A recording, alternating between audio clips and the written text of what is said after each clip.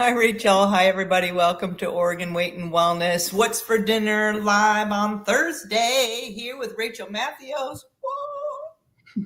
Hello, everybody. How's your day going so far, Rachel? Really good, really good. Yeah. I've been, getting stuff done. It feels good. Mhm. Just kind of ticking my boxes, and that's always just fun to kind of work through your list, right? Mhm. Work through Mhm. your to-do list. Yeah. Mhm. Yes. And it's fun to work.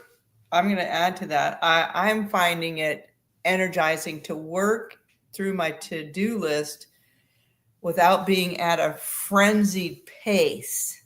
Mhm. So I've really enjoyed this week because it's kind of been not slow motion, but just a good rhythm. There's been a Yeah, good, yeah. I don't feel there's a little gentle push. It's not a, yeah. yeah, yeah. What a great feeling, It is. and that feels good in any given month or week, but particularly this month. Yes, Mhm. particularly this month. And yes, we've been talking about the difference between a diet mentality and lifestyle, Mhm. and how we want to hold on to our values, that we've been building around having a health, values around health, and then the pillars of lifestyle to Yeah. support that value of health.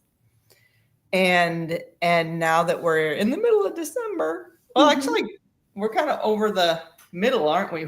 We really are. Yeah. We are now. Yes, we've been kind of talking about how sometimes December magically changes things. Or we think it does. So I've been part of this group of women, and somebody sent this. I'd like to read it, if I Yeah, may. let's hear it. It says, December doesn't change your neurochemistry.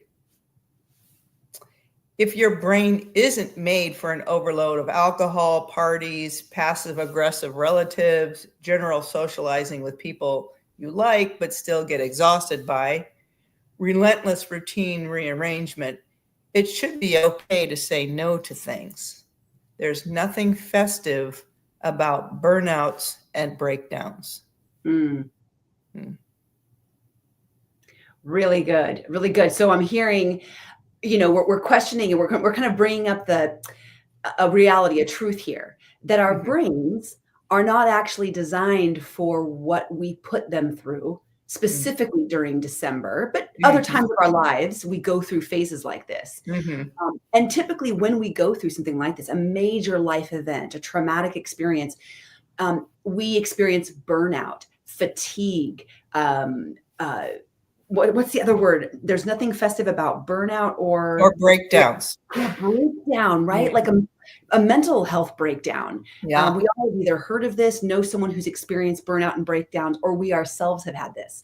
Mhm. And it's like we were talking about this right before we went live, that it's like the holidays come around, like it starts to creep in October and then it sort of seeps into November, but for sure in December, it's like we see these months of the year as special and different, like they function in the universe differently, and Mhm. we suddenly become capable of superhero tasks and socializing, and like suddenly we can eat anything, drink anything, do anything, never sleep, um, and just like go blitz, right? Um, because that's what it is. That's what December is, and somehow the universe, all of the laws of the universe, are suspended, right? Right. We Yeah. don't have to follow any of the same rules. And then January, 5th comes around, and we're like, what? Just happened. What just happened? We're paying the price for days and weeks and often months and sometimes years because of the just simply the weight that people put on in the holidays. They're Mhm. typically not able to take off, and then it just compounds year after year after Yeah. year. Right. Yeah, so true. Yeah, I like what you said. There's, the laws of the universe have been suspended. Yeah. Yes. And to take it down a little bit, Mhm. the physiology in my body Mhm.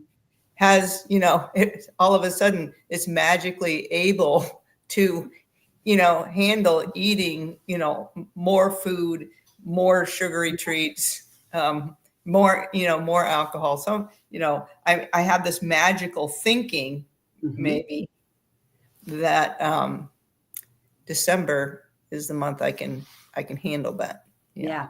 And what's interesting is, as you're describing that, I'm thinking, okay, where would this come from? Because typically when we think we can do something or we believe it, it's because at some point in our lives we had the reward, it was told to us that we can. And I'm thinking, who in my life do I know has done this and done it well in this way? No one. When have I ever heard of someone who's just gone crazy at the Christmas holiday month, with all the food, drink, social events, and hasn't paid the price? No one. I know no one who has actually that superpower, who actually has that magical ability. And yet somehow we just keep believing that it's possible and kind of beat ourselves up. I should be able to go to 7 events this week. I should be able to, or I deserve all the foods and drink all the food, and to not sleep. This is how you do it. It's there's a word that begins with E that's entitlement. It's an entitlement kind of mindset. So it's, there's a fear of missing out versus an entitlement, maybe. So it's thinking, it's our thoughts and maybe our feelings around, then, and then, what actions do we take? And it's not that the holidays aren't special. Right. Yeah. They are special. It is a special time of year. It's a special season.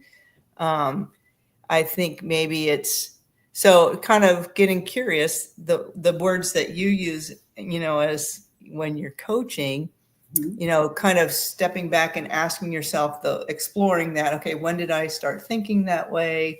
Or, what evidence do I have to support that? Do I have other options to make this special? Can I make it special in other ways that is life-giving rather than results in burnout and breakdown? That life draining. Those are excellent questions. And as you say them, gosh, I hope people were listening and just were able to stop and pause and kind of let those questions wash over you. Because as you hear yourself ask the questions, even if you don't specifically answer them, we start to intuitively know the answers. Is this true? Why do I believe this? Where did this message come from? And gosh, I think the number one place, and I want to help people understand where this comes from, is media, social media, commercials, advertisements. Because imagine your life without any advertisement or social media and no messages coming at you that you should do all the, it's the jolly woman who's racing down the steps and she's got 45 bags and she made it just in time for dinner and she still looks perfect and beautiful and she hit no traffic and her bank account has all the funds. Right. Every Hallmark movie, right? Every Hallmark movie. I'm listening to this book right now by Malcolm Gladwell, The Revenge of the Tipping Point, which is his second book kind of following up. And he talks about the impact, like the research has shown that TV shows and commercials and things literally shape the trajectory and the direction and the brain of our culture, of our collected thoughts. Yeah. So so just take a moment to give yourself a little bit of, I've been conditioned with my culture. Okay. But if I stop and ask the question, is this even logical to believe this? Is this even true? What are ways how would I really like to do it in a way that is life-giving?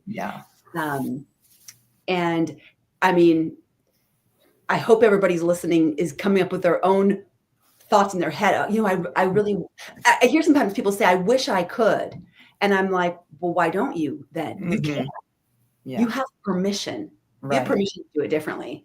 And your body will thank you because, gosh, our bodies really we aren't designed for what we put it through in December. They take the brunt. They really take the brunt. And they're trying so hard for us, right? Our I know. bodies and our minds are constantly trying to Yeah. heal and they're like, oh, here we go. It's so funny. You mentioned, how our thoughts are shaped and molded by media. And I was just listening during my little exercise deal this morning. Pandora, I have the commercial version. I should skip that. But it was a new McDonald's commercial. Anyway, it was an ad for McDonald's that I haven't heard before. And it was really interesting, the wording. Mhm. It was I just like, what? Did you really say that? But the wording was, that there's all these choices at McDonald's that McDonald's are offering. And then, and the person goes back and gets the same thing every time. And he says, thank you for not judging me. Ooh. Thank you for not judging me for making the same choice. And what I was thinking the messaging is from McDonald's is, we're not judging you for eating our really highly palatable, very processed, ultra processed food-like substance that has no nutritional value to it at all. We will never judge you for coming to us. We're a safe place. Yeah. Yeah. We're your friendly neighborhood McDonald's. Yes. We will not judge you. I was like blown away by that. I don't know. That really just kind of. Well, they're good. They're good, and that's terrifying. It's terrifying. What else are they good at that we don't catch? That is manipulating our thought process. Right. It's interesting that they're entering, when they did that, they tiptoed into the world of health, well-being, nutrition, people trying to get healthy, the end of the years, New Year's resolutions are coming. And basically they're putting themselves in that conversation. They're just a place that serves Frankenfoods. They're not a place, they're not a healthcare institution. They're not a doctor system or you know what I mean? But they're tapping into that and kind of inserting themselves in that conversation. That's really interesting. Yeah. Sorry. That's a little segue there, but still, I mean, it just really tells you, because this is a lot of subliminal stuff. Yeah. And a lot of times we really have to your point, stop and pause and think, when did I first start believing X, Y, Z? Yeah. And that can be very informative. And so very informative. And we do want to have that safe place where we're not really judging ourselves for what we had thought in the past. And then we're not going to limit ourselves to, because maybe that helped me in the past, however I was thinking, but it's not, but thank you for that. Now I'm going to think a different way, and I'm not going to limit myself. I'm going to give myself permission to have other options. Right.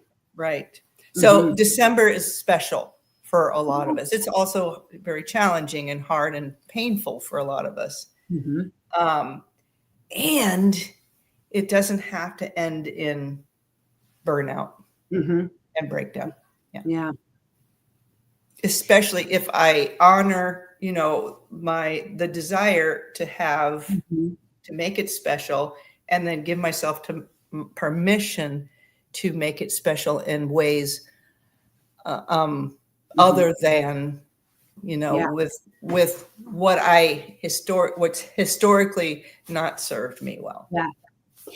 I'm thinking about when I've worked with people and they're talking about their Thanksgiving, and or just anybody you talk to, hey, how was your Thanksgiving?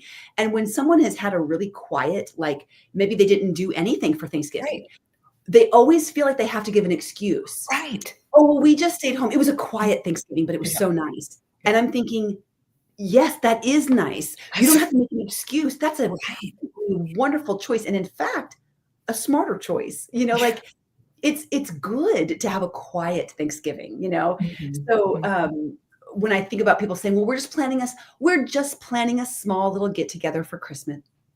Don't put just on there. Don't put Right. just, right? Like be proud of that and show that you're choosing. We are choosing to have a small, peaceful, life-giving gathering of whatever, you know. Right. Yeah. That's So, great. Yeah. So good. yeah. So good.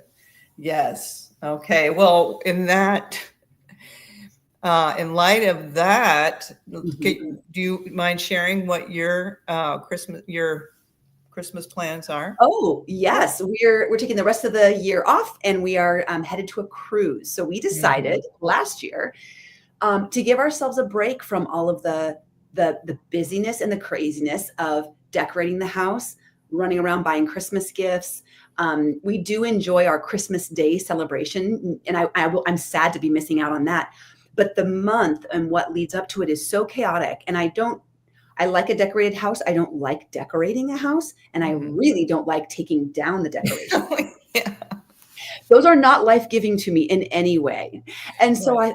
my husband and I last year were like, let's not do it. Let's say no to the normal way it's done. So we for gifts to each other and to our kids, we're taking them, just a small group of us, on a cruise. We did not buy any Christmas gifts. We did not decorate the house. We did not. Mhm. We don't have, none of it. And it's been glorious. I'm enjoying the Christmas lights in the neighborhood. I'm enjoying going to people's houses and seeing their Christmas decorations Mhm. and hearing the music on the TV, but I haven't had to engage in any of it. Yeah. And I've even heard some people like, "Oh my gosh, I've almost got my Christmas shopping done." And I'm like, "Oh, yeah, your Christmas shopping. I forgot about that. Huh, Right. weird." It's the 19th and it's not that number on the calendar isn't freaking me out like it Mhm. normally would. Like, "It's Yeah. coming. So anyway, my bouncy ball is moving around here. Oh, good. Yeah, that's what we're doing. We're heading out of the country. Yeah, wonderful, Mhm. wonderful. I've had a similar experience in that it's different than years past, and it's because, as I've shared, my husband had a significant accident right before Thanksgiving, and so that kind of brought lots of things to a screeching halt, and kind of took some things just because of priority and Yeah. time management, Mhm. things like decorating or things like putting up lights. It just took it off the table. I mean, just Mhm. go. Yeah. And so it's been interesting to kind of watch myself make a decision, Mhm. choose whether am I going to feel, maybe I can feel sad about that. On the other hand, I can also find some peace in that and Wow. just embrace it. Mhm. And so, yes, we are choosing to have a quiet Christmas at home.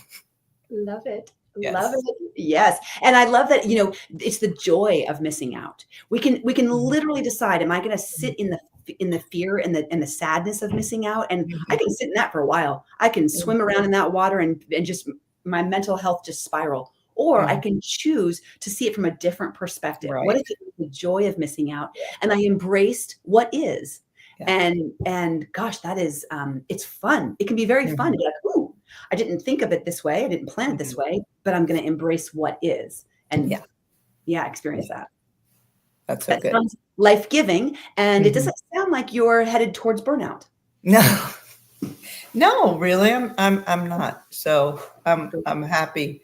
I'm Yeah. happy. So people kinda ask, "Are you ready? Are you ready?" I'm like, "Yeah, ready. Mm, I'm mhm. ready." Right. Yeah. That question. People always say, "Are you ready for Christmas? Are you ready?" And I'm like, I don't know. Should I? What needs to happen? What? I know, What's do the answer? Oh, am I ready? I don't. What does that mean? When do you get to quantify ready? And it really it is Right. kind of an anxiety provoking question. Yes. Um, Yeah. so Right, and the other thing is that sometimes, and I know we've touched on this before, because I've chosen not to do the usual XYZ things, mhm. it's left space open to, like, we're going to go to something on Christmas Eve that we probably wouldn't have done, if I had all these plans or whatever, or, Yeah, so we're going to try something new too. So there's space for new experience as that's right. well. Yes. Which is great. Mhm. Yeah, so good. So, Interestingly, we still we said what's for Christmas, but we're going to say what's for dinner now. And I think before Thanksgiving, I think in November I mentioned we're trying to eat out of our freezer. Since my husband was the grocery shopper and he can't drive. And I haven't, had enough time to we have been eating out of the freezer. So it's kind of interesting. Was that prophetic? I don't know. Back then, before this thing happened. Yeah.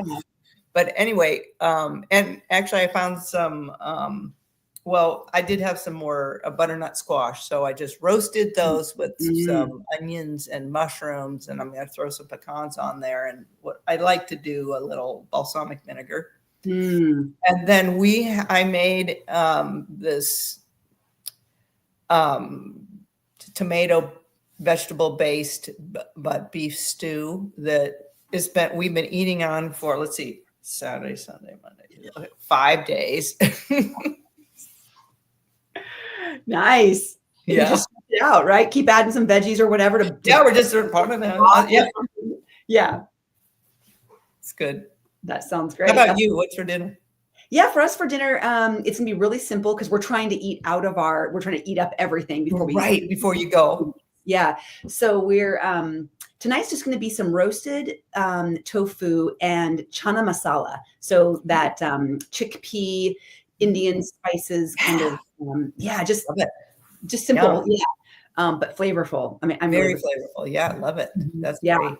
Yeah. Yes. All right. And so we won't be meeting next week. And are you going to be gone the week after that too? Yes. Yes. I will be back on the 8th of January. Okay. Yeah. Yes. So all right. We'll see. Maybe I'll invite somebody as an interim guest. There you go. Yeah. So we'll see. Well, very fun. Well, I'll figure that out. But okay. All right. Well, you have a beautiful, beautiful holiday, and we wish everyone to have a very peaceful, life-giving holiday, rest of the holiday season. Did you notice that we're both wearing Christmas colors? Yes. You're in green, I'm in red. Yes. Look at this. Yes. So festive. You're welcome, everybody who's viewing. Okay. We didn't plan it.